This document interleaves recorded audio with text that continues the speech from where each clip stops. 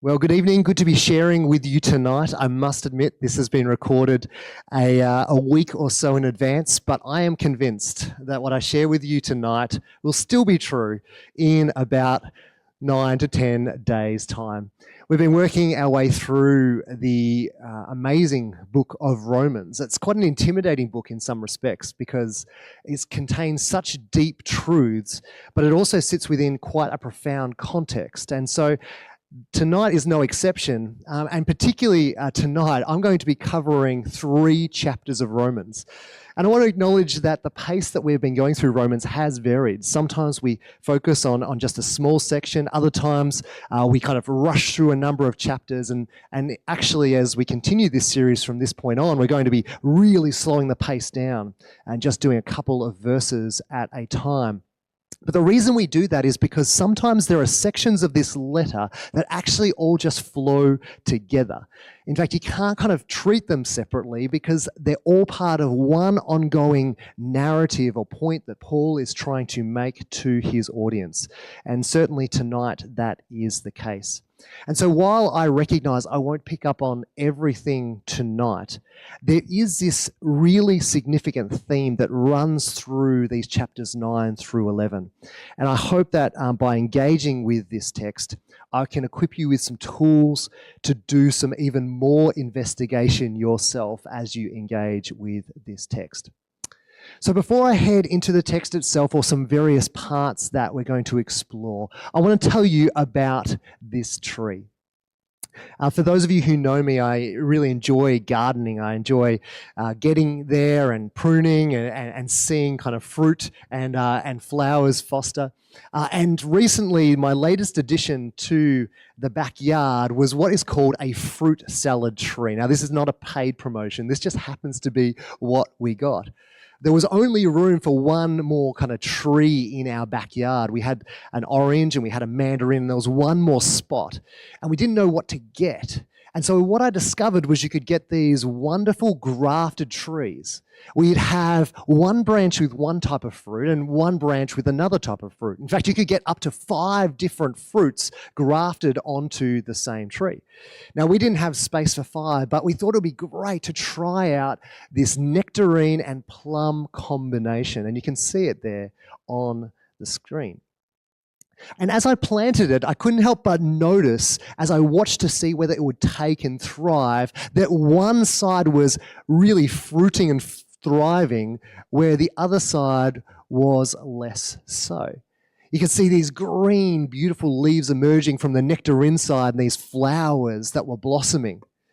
Meanwhile, for a really long time on the plum side, it just looked dead. You know, maybe there was little signs of life, but nothing like was occurring on the other side.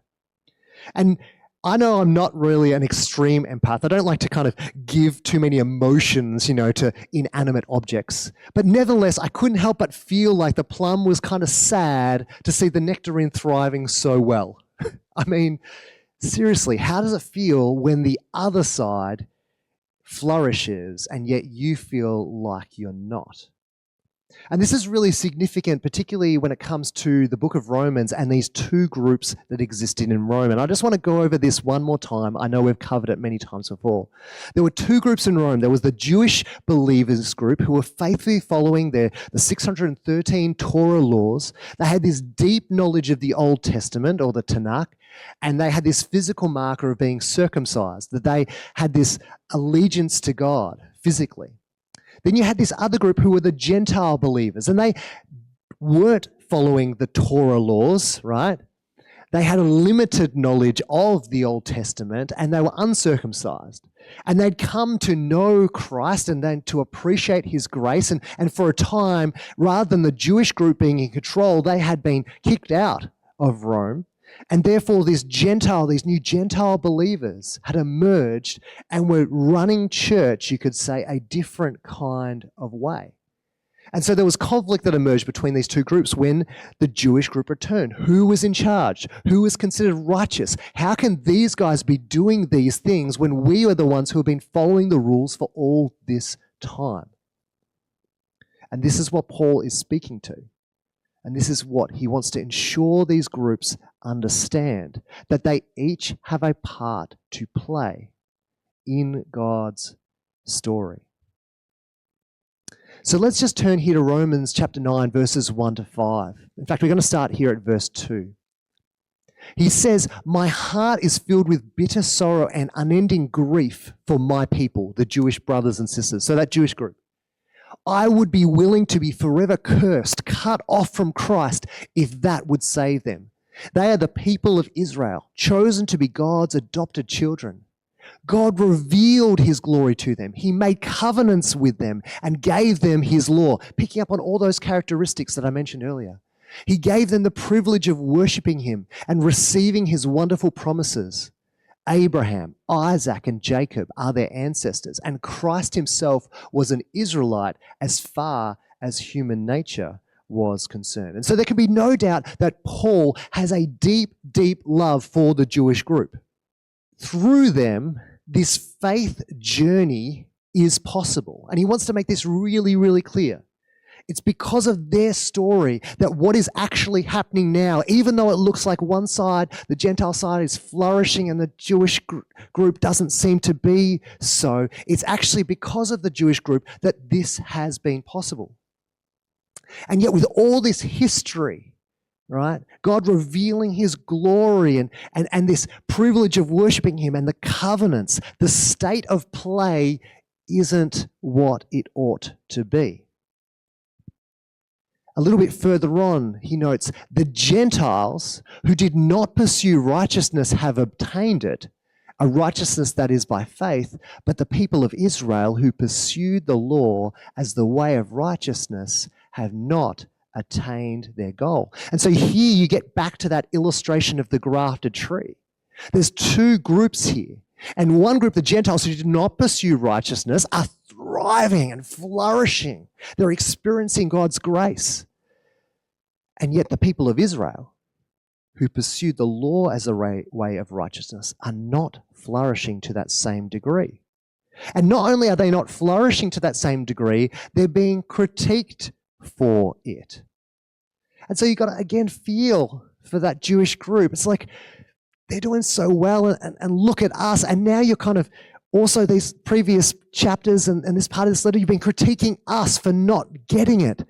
And I kid you not, as I was preparing this message, I was sitting in Stump's Cafe, and as I was thinking about that feeling, right, of that Jewish group versus that Gentile group, them flourishing and us not, the song "What About Me" came up on the sound system at Stump's Cafe. It was just hilarious timing. And those lyrics, "What about me" by Moving Pictures, "What about me? It isn't fair. I've had enough, now I want my share." These were the lyrics that were resonating through Stump's Cafe, and I was thinking, that's what this group must have been feeling. Like, what about us? It's all well and good that these Gentiles are thriving, but what about us? And this is what Paul is responding to. Because some on that Jewish group might argue that it was God's fault that the Gentiles are what they are and the Jewish group are what they are. And Paul will respond to that in Romans chapter 9, verses 6 to 29, which we can't cover tonight. But to both groups, the Jewish group and the Gentile group, Paul has a message through these chapters. And that is, firstly, no, God's plan has not failed. Just because this is what things look like right now, it does not mean God's plan has failed. And secondly, no, this Jewish group, this one that right now doesn't look like it's producing fruit, was not chosen and then disposed of and rejected. And this is really important to that group who's feeling that, what about me? You are not chosen for a time and then just rejected so that other people could experience God. That's not what is going on here. But Paul instead investigates what went wrong. What has God always been doing that sometimes we can miss? Because there is a danger that as followers of Jesus, there is a risk that history will be repeated again. And while for most of us here sitting in the congregation, we place ourselves squarely in that Gentile camp, those ones who were flourishing in contrast to that Jewish group, there was always the risk that at some point the shoe will be on the other foot, that somehow we will have missed the point, only to see some other group thriving and us declaring, well, what about me? So let's engage with the challenge. Romans chapter 10, verses 1 to 4. What went wrong? Dear brothers and sisters, the longing of my heart and my prayer to God is for the people of Israel to be saved. So Paul is like, I want this other branch to flourish. I know what enthusiasm they have for God, but it is misdirected zeal. We're going to come back to that. For they don't understand God's way of making people right with himself. Refusing to accept God's way, they cling to their own way of getting right with God by trying to keep the law. For Christ has already accomplished the purpose for which the law was given. As a result, all who believe in him are made right with God. So we got a couple of things here that I just want to pick up on. First of all, there was something going on in this whole like one side thriving, the other side not thriving situation, which is to do with the fact that this Jewish group had missed the bigger picture. And that actually comes back to this idea of who God is. He continues, Moses writes this about the righteousness that is by the law. The person who does these things will live by them. But righteousness that is by faith says, the word is near you, it is in your mouth and in your heart. And so there's a sense in which it's like this Jewish group had become so focused on the law that they lost the heart of the law, which was the invitation to trust God. That was always God's invitation, the invitation to trust him. That justification, that is being right in his eyes, was not by works, and that has always been the case. It's always been the case that justification in God's eyes was not by works. The invitation and that kind of the big perspective where they'd twisted God into somebody that he wasn't was to fail to trust in his mercy and trust in his forgiveness. Or perhaps even not be aware of the limitations of what it means to be human. And so they'd chosen righteousness by works rather than righteousness by faith. And what righteousness by works was not actually going to produce the trust that God had created and called them to experience. And so with this in mind, we hear these familiar words from Romans 10, 9 to 10. If you openly declare that Jesus is Lord and believe in your heart that God raised him from the dead, you will be saved. For it is by believing in your heart that you are made right with God. And it is by openly declaring your faith that you are saved. Now, I want to recognize that some Christians have kind of turned this kind of phrase here, or this little bit of scripture, into this kind of ticket to heaven statement. And we're going to come back to why that can be dangerous for us. But that's not what Paul intended here, okay? He is providing to his Jewish group, who he loves so deeply, he would be willing to be cut off from Christ for them. He is providing to this Jewish group a contrasting image to what they had been living out with misdirected zeal. This is going to be such an important phrase. The zeal, the fervor, the passion was there, but it was misdirected. And what he wants to point out to this group that he deeply, deeply loves, who are standing back and saying, but what about us? Has God forgotten us? Was this God's fault? All this kind of thing. He points out to them their misdirected zeal, that they had obeyed God.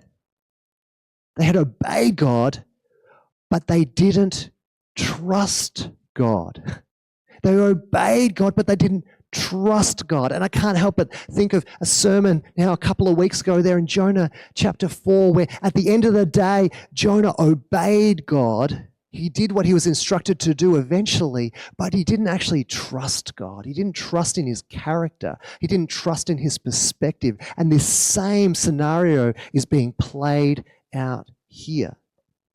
And Paul makes this case that they obeyed God, but they didn't trust him, referring to the Old Testament, which again, they were familiar with at the time. He refers to Deuteronomy chapter 30, verse 14, and then Isaiah 28:16 and Joel 2:32. He makes this case by referring back to these scriptures that they were familiar with. We're going to pick up here as we transition into that Joel 2:32 phrase. He says, "For everyone," quote, "who calls on the name of the Lord will be saved."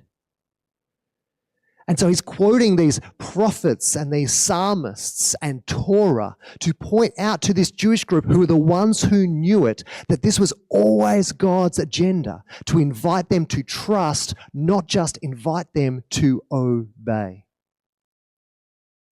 And so we here see how he pivots to this second section where their zeal had gone askew. Everyone who calls upon the name of the Lord will be saved. But how can they call on him to save unless they believe in him? And how can they believe in him if they have never heard about him? And how can they hear about him unless someone tells them? And how will anyone go and tell them without being sent? That is why the scriptures say, "How beautiful are the feet of the messengers who bring good news." Again, referring to Isaiah 52:7. So in one respect, this Jewish group had missed the bigger picture as to who God was, the God who just wanted them to trust. And to a second extent, they'd missed the bigger picture about who they were called to be. You see, here it makes it really clear that their role was to be messengers. They would be the people who would bring good news to everyone, and that people would delight in the beauty of this message. They'd missed this perspective because God's intention wasn't just to have a special people.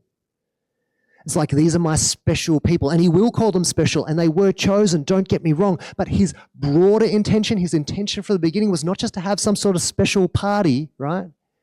His actual intention was to not just choose a people, but to commission a people to tell the world who he is. Let me say that again, not just to choose a people, but to commission a people, the Israelites, to tell the world, everyone, who he is. Israel were the sent ones. And so this is again where Paul points out to this Jewish group, again, who he loves. I cannot make that clear. This isn't just like a slamming on the Jewish group. He loves them so deeply, but he doesn't want them to miss the bigger picture as to why one side is thriving and yet they are not. And that's because they had misdirected zeal in a second way. You see, they embraced their status as special, as a special group, but not as a sent group. So they embraced their identity and their status as special. We are chosen, but not the commission to be those who are sent.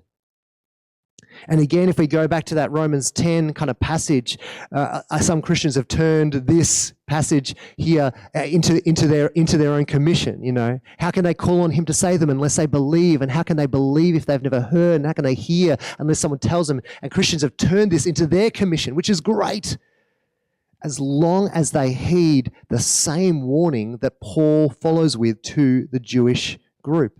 And that's here in Romans 10:15b. He quotes, "It is written, how beautiful are the feet of those who bring good news." So that's a good thing. Verse 16, "But not all the Israelites accepted the good news. For Isaiah says, 'Lord, who has believed our message?'" This is really, really important for us to understand. Not just for the Jewish group in Rome who are reading this in the presence of the Gentile group and feeling the pain and the what about me, but for us as followers of Jesus, we need to hear this. But not all the Israelites accepted the good news. Not all who were commissioned to bring the good news had accepted the good news. Not all those people who had been commissioned to bring the good news to everyone had accepted the good news. And that should be a challenge to us too, and a warning to us too. Because it is one thing to know the good news. It's even another thing to share the good news.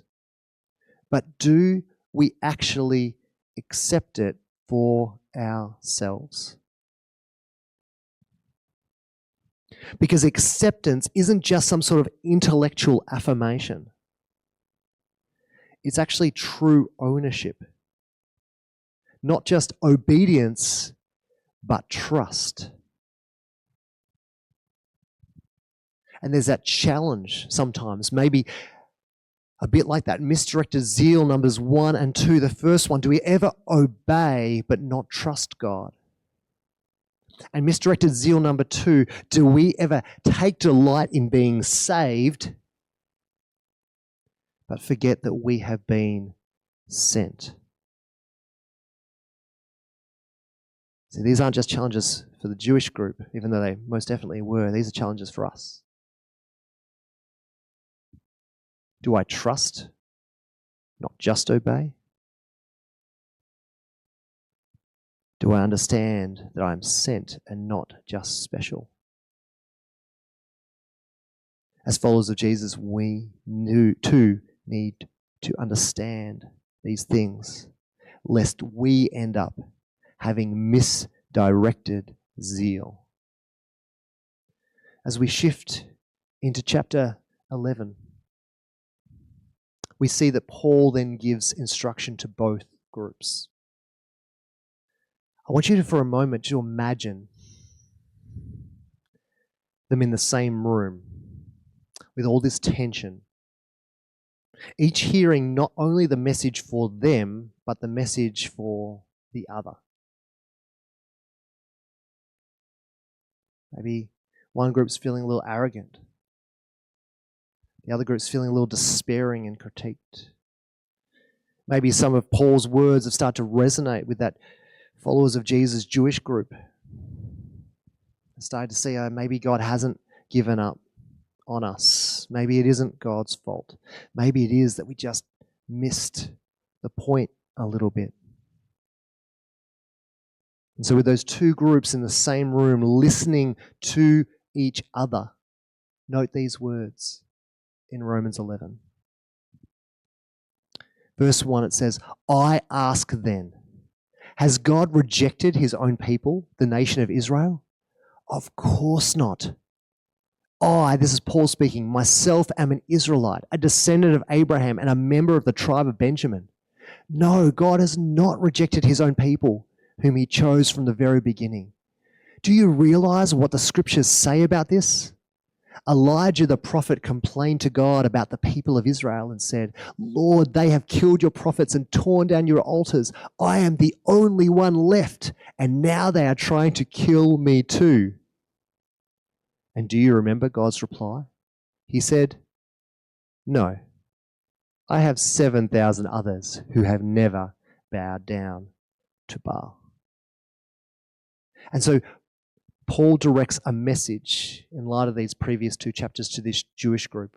And he says, God has not rejected you. I know right now it's looking like they're thriving and you are not, but God has not rejected you. In fact, be reminded of Elijah and just check your perspective. Elijah said, I'm the only one left. And God's like, no, I've got 7,000 others. What Paul wants to encourage the Jewish group with is this isn't over. It's not over. It is not over. And then he shifts his attention to the Gentile group, who no doubt were listening in, loving the fact that again, maybe the Jewish group was being pointed out for their failures. And he says this, in verse 13 to 18. I am talking to you, Gentiles.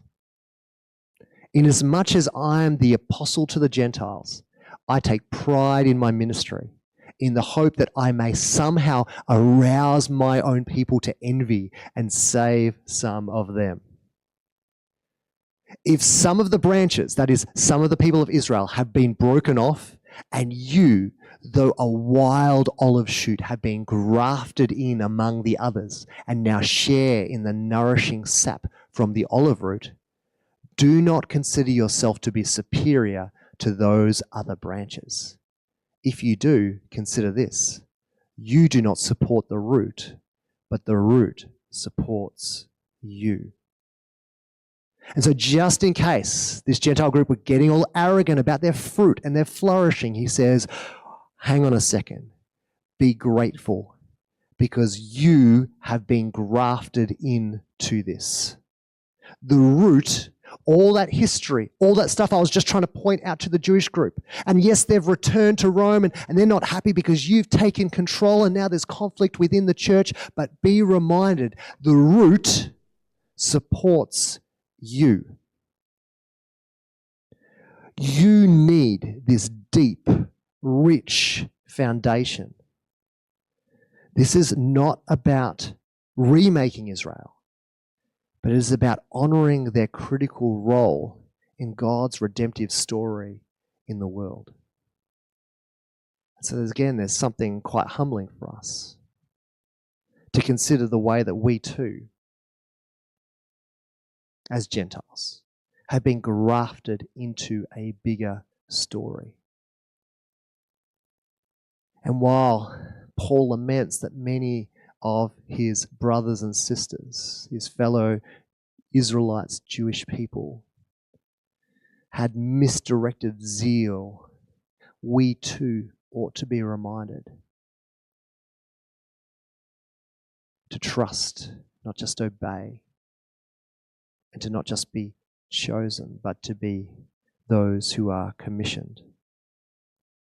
And this is why the end of chapter 11 ends with hope. It says here